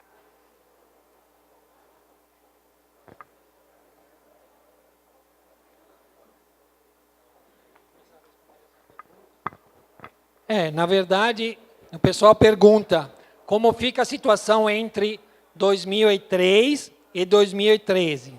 Na verdade, é o seguinte, essas pessoas, hoje, podem calcular as regras de acesso. A regra de acesso muda, porque eu estou aqui na regra de transição. Né? Vamos voltar...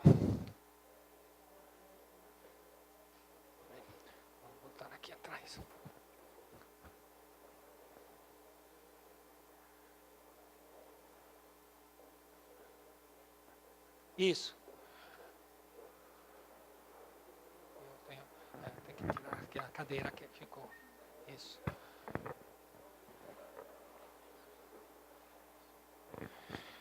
Entre 2003 e 2013, se aplica essa regra de transição para acesso. Então, tem que ter essa idade mínima. Eu sempre posso me aposentar pela regra geral, ou seja, se for mais vantajoso, esperar os 65 anos de idade se eu sou homem, os 62 se sou mulher, os 30 anos de serviço se sou mulher, os 35 se sou homem, mas, além disso, eu posso optar por essa regra se for mais vantajosa para mim. Tem uma decisão pessoal. Se for mais vantajoso, eu posso dizer, essa questão da idade mínima progressiva e essa questão da pontuação, né? Essa tabela, como é que fica? Então, eu vou ver. Posso me aposentar antes dos 35 anos de contribuição e dos 65 anos de idade? Sim, dependendo se me enquadro nessa tabela de mulheres e de homens.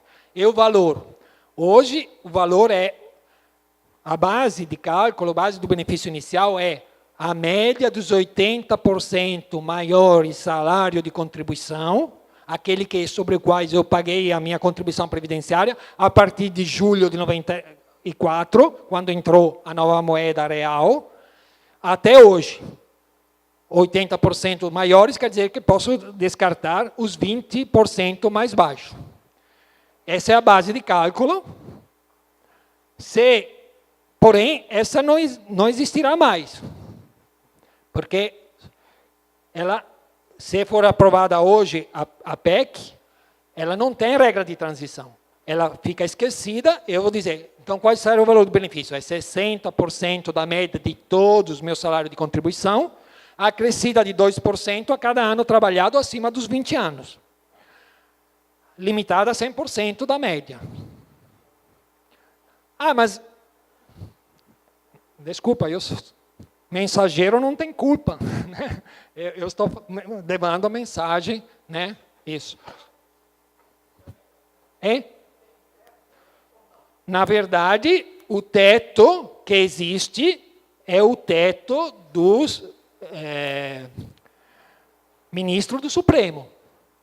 Né? Assim, o teto, na verdade, só existe teto se você ingressou depois de 2013, a partir de fevereiro, né, de 2013, depois de 4 de fevereiro, no caso de vocês, que vocês, então, ingressou já tendo o regime de previdência complementar, então você já tem o teto, que hoje é o teto de 5.839. Mas se você entrou antes, não tem teto, a não ser o teto da...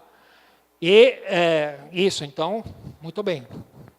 Mas a média, na verdade, tem um teto implícito, né? Mas, assim, é um teto de cálculo, não é um teto taxativo autoritário, tá?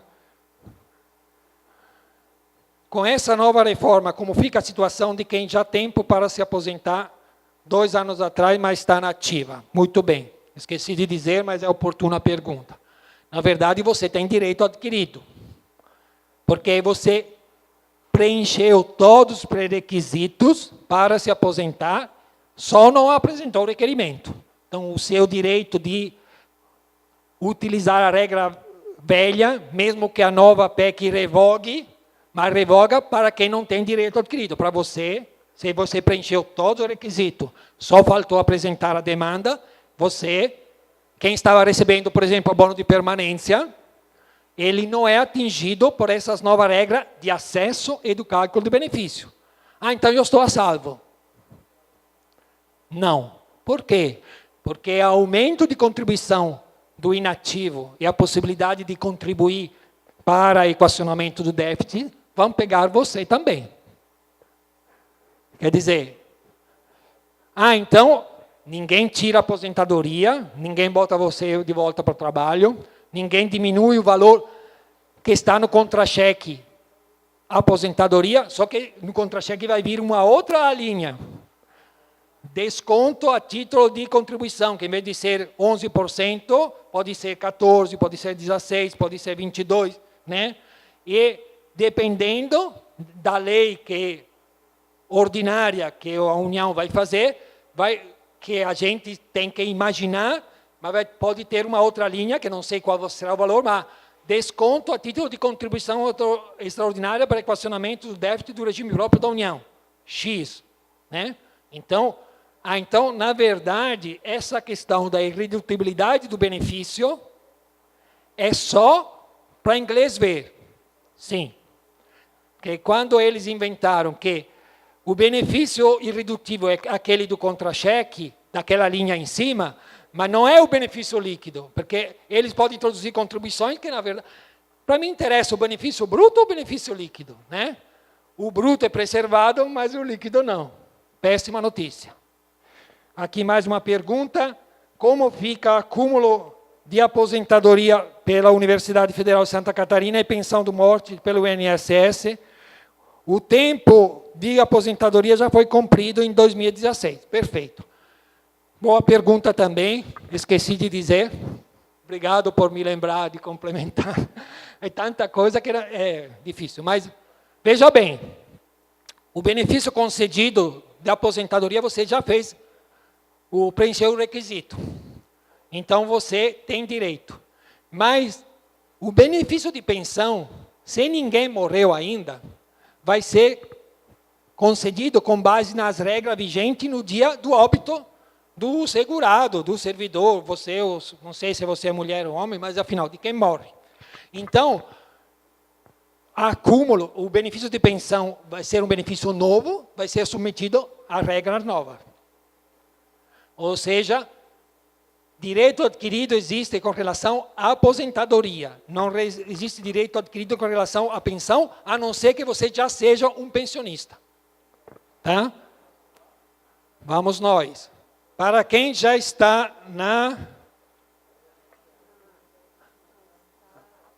aposentado há anos, aumenta a alíquota de previdência, temos direito adquirido, exatamente, e a permanência, não. Na verdade é o seguinte, bom, isso é uma pergunta que eu vou tentar responder, mas eu aceito a retificação dos advogados aqui presentes. Eu não sou da área de direito, apesar de mexer com previdência, então posso, se eu estiver errado, me corrija sem pudor, né? Então, a questão é a contribuição do pensionista e do aposentado, na verdade, ela foi julgada pelo Supremo Tribunal, e ela foi entendida que não é redução de benefício, é contribuição. O que isso muda no bolso de vocês? Praticamente nada. Mas, do ponto de vista jurídico, o pessoal diz que redução do benefício concedido é inconstitucional e criação de contribuição, não. Então, sendo que mudou a Constituição, e que isso não fazia parte do direito adquirido, né? Porque é possível instituir, inclusive mudar a alíquota, na verdade, eu acho que não vão prosperar, mas é uma opinião de leigo, né? Eu acho que não vão prosperar as ações de inconstitucionalidade, dizendo que foi ferido. Porém, esse é o assunto que eu depois deixo para o advogado, porque não é exatamente a minha praia, né? Então, eu reconheço a minha limitação a dizer isso. Mas o entendimento do judiciário o benefício não pode ser reduzido. Se você ganhava 100, não posso dizer que agora você tem direito a 80, mas eu posso reduzir o seu benefício através de uma contribuição? Posso.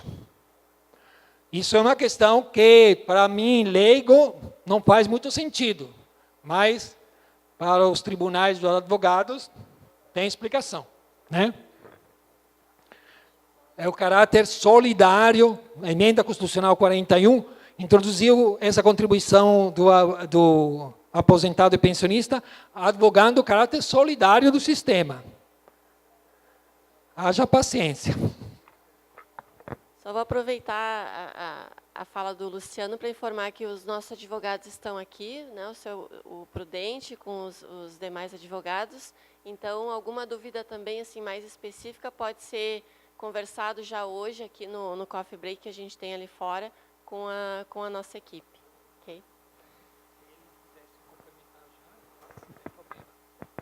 Se os advogados acham que tem alguma coisa complementar, eu não tenho problema com isso, assim, o que for melhor para a plateia, porque assim...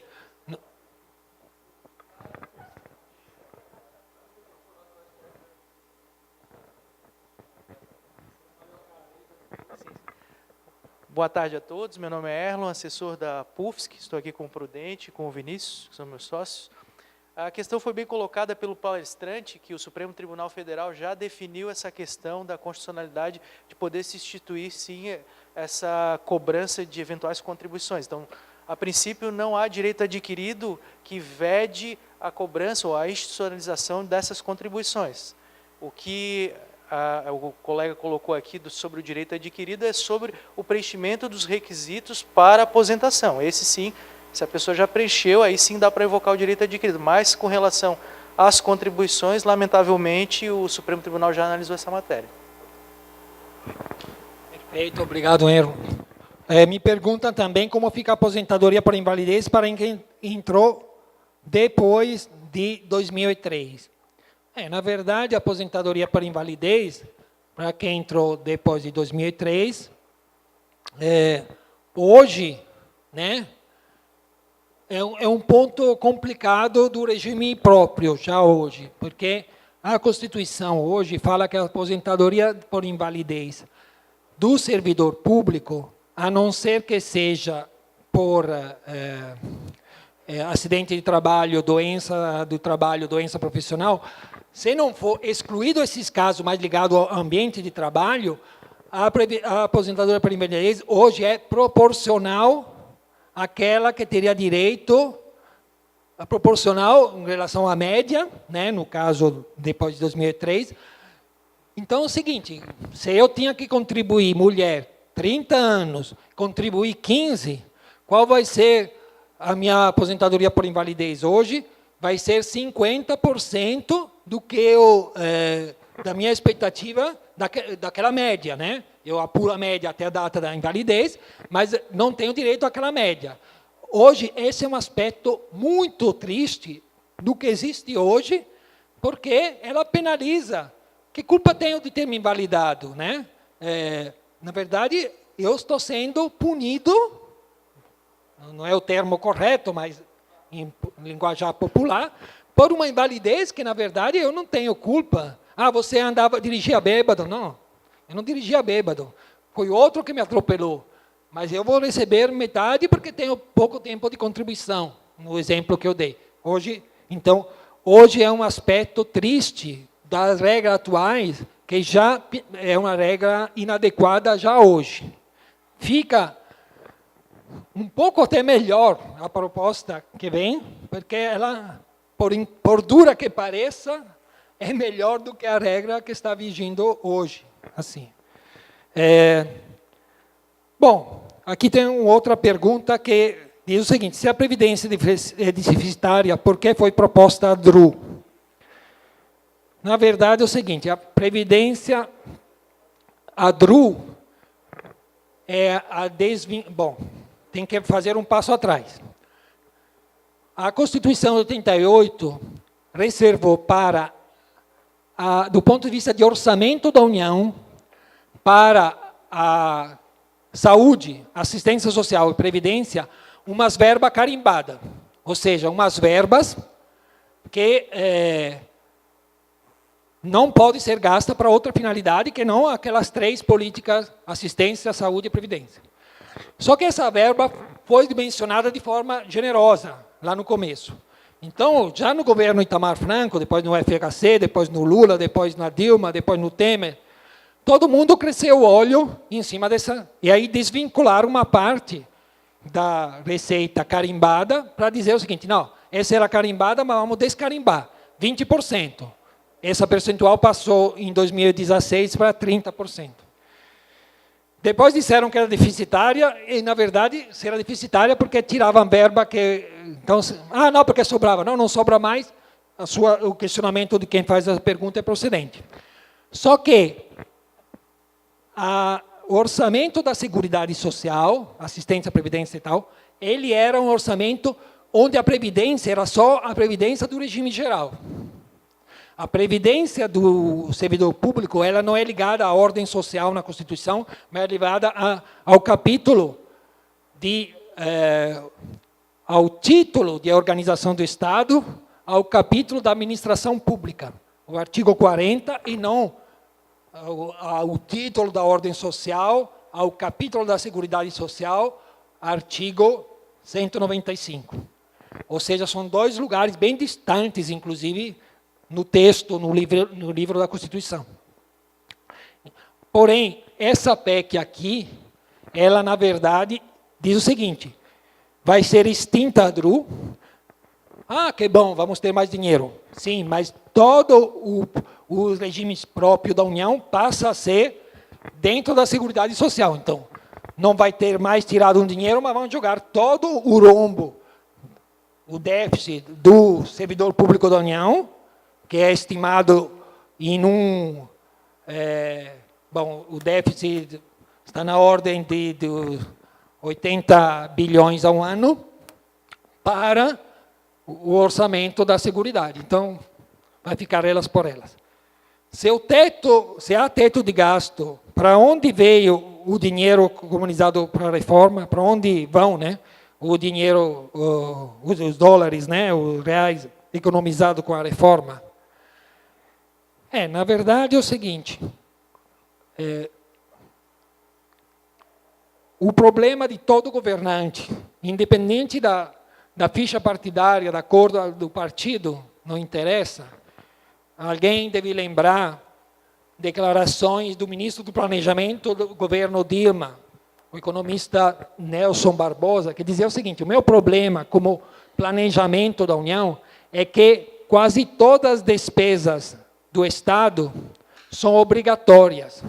Então, eu tenho pouquíssimo recurso para fazer investimento, para fazer melhoria em qualquer coisa, porque 95% do que eu arrecado já está comprometido com despesa obrigatória. Os governos têm essa facilidade, têm essa dificuldade de ter toda a despesa obrigatória e gostariam de ter a facilidade de ter mais dinheiro para fazer política decidida por eles, né? Por eles, pelo Congresso. Mas essa é a razão que justifica o governo. Por outro lado, o teto dos gastos é apenas um teto do gasto que vai sobre a despesa primária da União. O que isso quer dizer? Que as despesas são despesas todas ressalvada a despesa secundária. Quais são as despesas secundárias que não têm teto? O pagamento dos juros e das amortizações da dívida. Ou seja, no Brasil, quem tem, de fato, mais, somos todos iguais, mas o sistema financeiro é mais igual do que os outros, porque ele não tem teto para pagar os juros ao banco, para pagar os juros aos investidores do Tesouro Direto. Essas dívidas são as dívidas mais honradas pelo Estado brasileiro. Agora, a dívida com os aposentados, com os doentes, com os meninos que têm que ir para a escola, com a segurança pública, esses são dívidas de segunda categoria, um pouco mais rebaixada. Porque quando o Estado põe um teto à despesa primária, que é tudo, e não põe um teto para a despesa de pagamento da dívida, na verdade diz o seguinte: olha, o meu compromisso com os bancos é o mais sagrado. Por isso que tem um amigo meu, professor Guilherme Delgado, que trabalhou no IPEA, hoje aposentado, que diz o seguinte: esse Estado virou a idolatria do dinheiro, porque, na verdade, os novos ídolos é o sistema financeiro. A ele faz o sacrifício até dos filhos Isaac, né? Quem conhece a Bíblia sabe o que é. Muito bem. Tenho 63 anos, completo 35 anos de contribuição em agosto de 2019. Como fica a sua aposentadoria? Eu não tenho a bola de cristal, porque eu acredito que talvez você escape, porque em agosto talvez não seja ainda aprovada a reforma. Ele diz que quer aprovar a reforma até junho.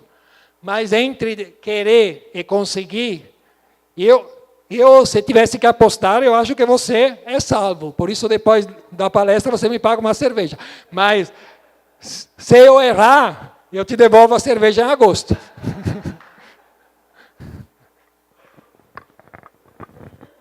Pessoal, nós vamos encerrar. Não chegou mais nenhuma pergunta aqui na mesa. Tem uma? Nós vamos receber, então, mais a última pergunta. E aí nós vamos encerrar aqui e convidar todos os presentes para o coffee break que tem ali fora. E também aí consegue conversar mais um pouquinho com o Luciano ou com o pessoal do jurídico aqui do sindicato.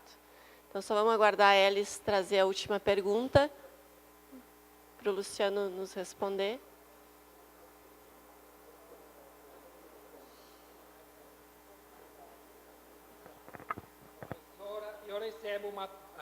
Eu recebo pensão de meu falecido marido, ex-professor da Universidade Federal. Eu já cumpri meu período de contribuição, mas ainda não me aposentei, não pretendo fazê-lo. O fato de já ter cumprido o requisito para a obtenção do benefício, deve ser entendido que a minha aposentadoria será completa, mesmo que venha aposentar a posteriori da aprovação da PEC, além de não ter exigência que optar de pensão ou aposentadoria, mesmo se ficar na UFSC após a aprovação da proposta. É a doutora professora Juliana Bernardi Olhari. Bom, na verdade, ela já recebe pensão. O problema é, ninguém vai mexer no valor da aposentadoria dela, porque, pelo que ela está falando, ela tem direito adquirido, porque já preencheu todo o pré-requisito. Agora, e o acúmulo, como é que fica? O acúmulo, na minha interpretação, posso estar enganado, porque também já disse que não sou advogado, mas na minha interpretação, vai ser um fato novo. Então, o acúmulo é um fato novo, ele se submete às regras vigentes a partir da data que ela pedir aposentadoria, então teria direito a 2 benefícios. Então, senhora Juliana, eu acredito que, mesmo que cada benefício individualmente seja um direito adquirido, a soma dos dois, no meu entender, não o será. Mas, se os advogados aqui presentes tiverem outra interpretação, por favor, porque é um assunto que foge um pouco da minha competência estrita, né? Então, eu aceito sugestões. Como se diz, eu pergunto aos universitários. Aqui estamos nesse lugar da universidade.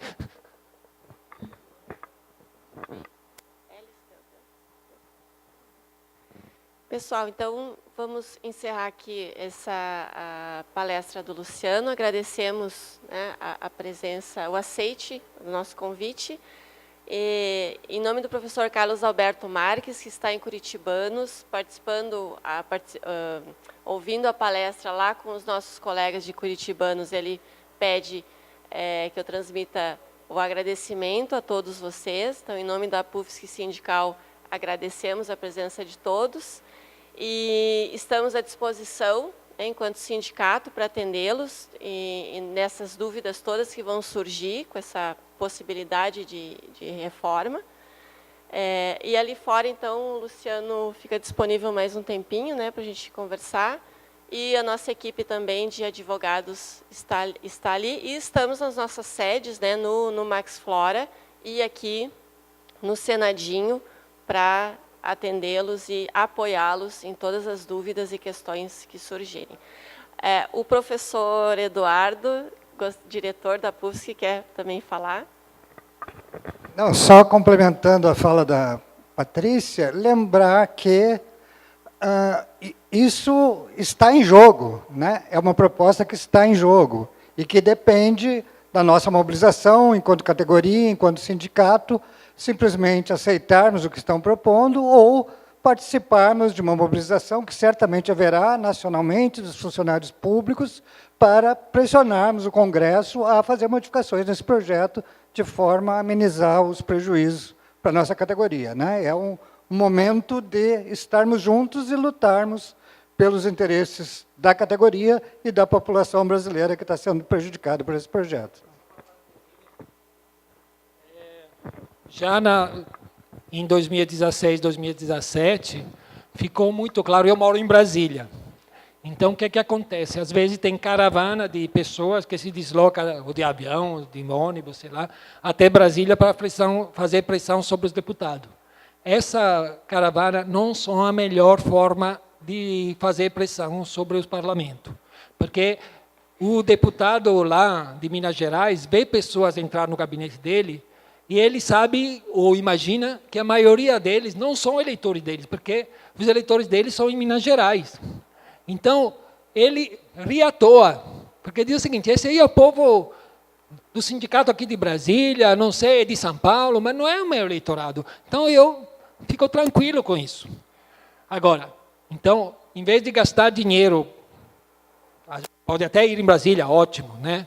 Mas é importante que vocês contatem os seus deputados, os seus senadores aqui, possivelmente no seu município, ou na sede de curitibanos, ou sei lá, na sede em que você, Joinville, aqui Araranguá, Blumenau, ou seja, é lá que vocês são eleitores, é lá que o pessoal conhece vocês, é lá que tem o escritório do seu deputado, é lá que você tem que dizer o seguinte: vem cá, nós te conhecemos, e agora, como é que fica? Né? Assim, é importante essa dimensão de relação direta entre quem recebeu a delegação de representá-lo e os representados. Né? Isso é muito importante, sabendo que essas propostas são sujeitas a muita mudança ainda,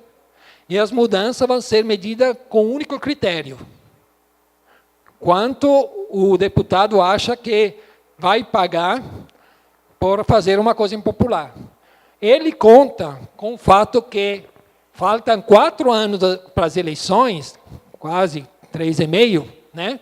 Então que ele vai ter muito tempo para fazer o que ele acha mais conveniente perante o governo federal e a nossa capacidade de esquecer disso.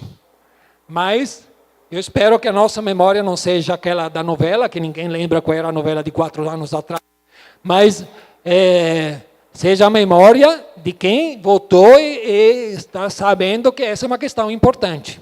Então, esse corpo a corpo é fundamental, e aqui eu acredito que vocês têm no sindicato, na Associação dos Professores, né, que o nome ainda é associação, mas sindicato, né, um instrumento importante a utilizar.